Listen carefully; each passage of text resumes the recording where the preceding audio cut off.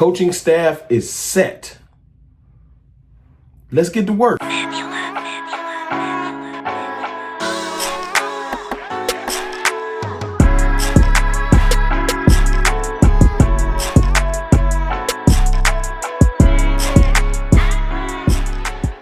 What's good, people? It's your boy, Mr. Rome, Cowboys fan talk, right back.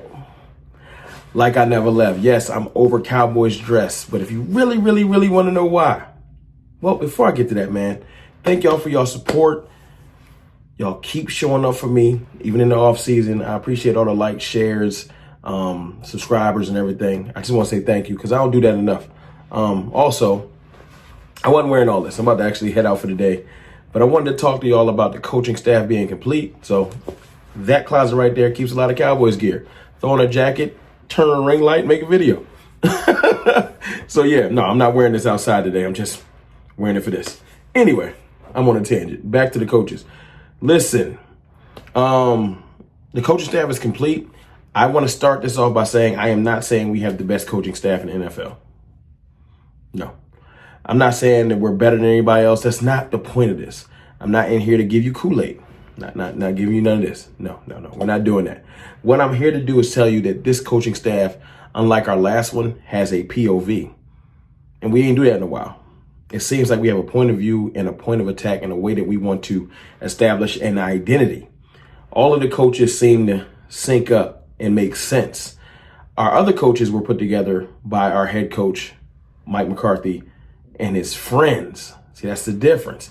In this coaching staff, 2025 coaching staff, I can put it on the screen if y'all want to, but I just want to talk about the coaches and go down from the order. The interesting thing about this list, though, the thing that stood out to me, Cowboys experience, NFL experience. Only thing I care about is NFL experience. Cowboys experience, that's for the Jones family. I don't care. I actually am excited about the coaches that don't have no Cowboys experience. I want some new philosophies in the building. Cowboys experience is just kind of like, do they understand our culture? Our culture is broken. That's why I don't care about that. But I found that interesting. Whoever typed this out, I don't know if it came directly from the Star or if the reporter typed it out, but I just found it interesting. Looking at the list, we're going to start with Clayton Adams, offensive line coach, former offensive line coach, now offensive coordinator. Point of view, run game, run scheme, multifaceted, pin and pull, pulling guards, not just hat on a hat, kind of like what we were doing with Mike Solari. Traps, just a more elevated run scheme. A commitment to the run game is what I see when I see Clayton Adams. And that aligns with Brian Schottenheimer, who likes to run. He almost might be run first, play action. It all aligns. And then when you get the college coach, hold on, what's his name? Give me a second. I'm going to find it. I should have went in line. Offensive line coach Connor Riley, who coached up Cooper Beebe.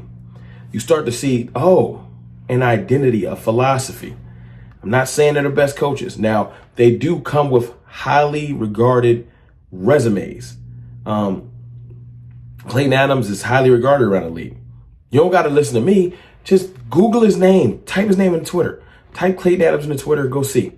It's not coming from me. It's coming from other people. That's where I'm getting the confidence in this staff. Connor Riley is was highly regarded as one of the best offensive line coaches in college. That's not from Rome. That's not from CFT. That's from other people. You know what I'm saying? Then you got Ramon Chinchong, not familiar with him, assistant offensive line coach. Ken Dorsey, former offensive coordinator, who is now a passing game specialist. He's just here to help out with analytics and just trying to cultivate the passing game. He's not even the quarterback's coach, which I think is dope. I think it's dope to have that many. We're going to have like 3 or 4 offensive coordinators on the staff. I think that's pretty dope. Let me see. Quarterback's coach, we got Steve Shimko. Not too familiar with him. Second year, so I'm not sure. I'm not going to hype him up. We got not him. We got Taquan Underwood, assistant receivers coach. We got London Wells, tight ends. We familiar with him. Ryan Furter, game management. He's been here. And I think that gets all of the offensive coaches out of the way. Hold on. Who did I miss? Wide receivers, Junior Adams, who comes from Oregon. Big deal.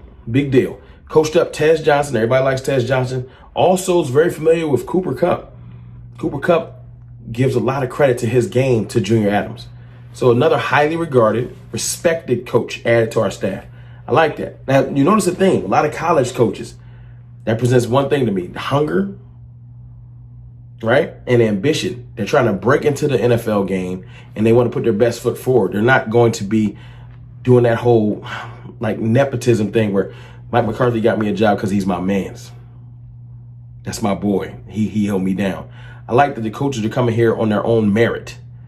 I like that Brian Schottenheimer went out and grabbed coaches that he feels like might be smarter than him. A smart person surrounds himself or herself with smarter people so that you can progress.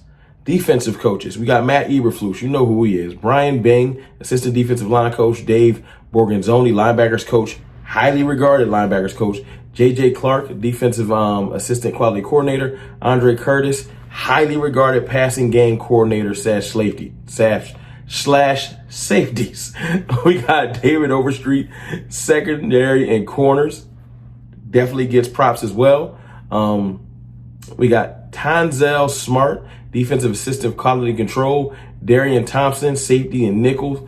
Aaron Whitecotton. He's one of my favorites that we added because of that defensive line that he helped build up with the Jets. You know, these are highly regarded, have built their own resumes, and they come here on their own merit. They don't come here off of the tap of used to be a Cowboy. You friends with me. They put work in before they got here, which gives me excitement. You know what I'm saying? You got special teams. You got Nick Sorensen, who just, I ain't gonna lie, Nick Sorensen looked like Jim Carrey brother. Like, I don't know why. Look at him closely. He look like Jim Carrey brother. That's just me. Carlos Polk, assistant special teams coach. And then you got the strength coaches. I ain't got to read through them. Y'all can do y'all research on that. I'm not here to tell y'all it's the best staff. I'm not. But I also am here to tell you our staff last year wasn't that great. It was put together very late. It was hodgepodge. It was friends. It's people that was already on the street, just kind of waiting for a job. We got Mike Zimmer late. We waited a while to get him because we couldn't really get nobody else after Dan Quinn left. And we just kind of grabbed people that was available. Now, Gunther was his man, and I like Gunther, you know. But we put our staff together late. And then Mike McCarthy's friends were all over the staff, man. McCurley, you got, what's his name, that was running the running back room. I can't forget Jeff Blasco, who looked like a serial killer. But you had Tolzien, friend. It just, now you can say this, Brian Schottenheimer was a friend, 100%, because he came up under Brian Schottenheimer's father. But it's not that nepotism is bad. It is bad when it runs rampant and it's everywhere. One friend might be cool. 6 or 7 friends, I don't know. You know, Mike Solari the game's probably passed him by. Not that he don't know more about offensive line than me. It's probably just passed him by. So I'm excited about the new names. And you can get on me and say, Rome, you too excited about this coaching staff. I'm just excited about the new. The reason why I'm not mad about the Cowboys experience, I'm seeing first year all over the board. And it's sprinkled in with some holdovers. New ain't always bad. New ain't always bad. You know what I'm saying? Sometimes you need a reset. This is a reset. Now let's get to work. Let's go build up that that roster. We got the coaching staff. Go build the roster. And then we're going to be cooking. That's all we need. Go build the roster.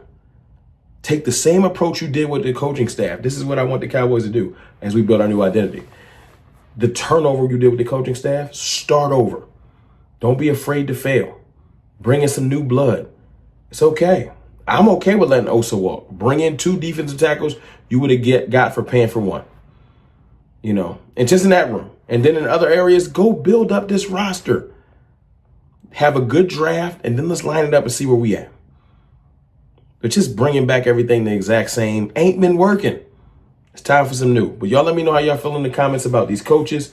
Like I said earlier, I appreciate y'all love and support. Hit the subscribe button. We are climbing. We are already about 700, a little bit under 700 less. I'm left to get to 30K. And when we get to 30K, I'm giving that jacket away behind me with the patches on it.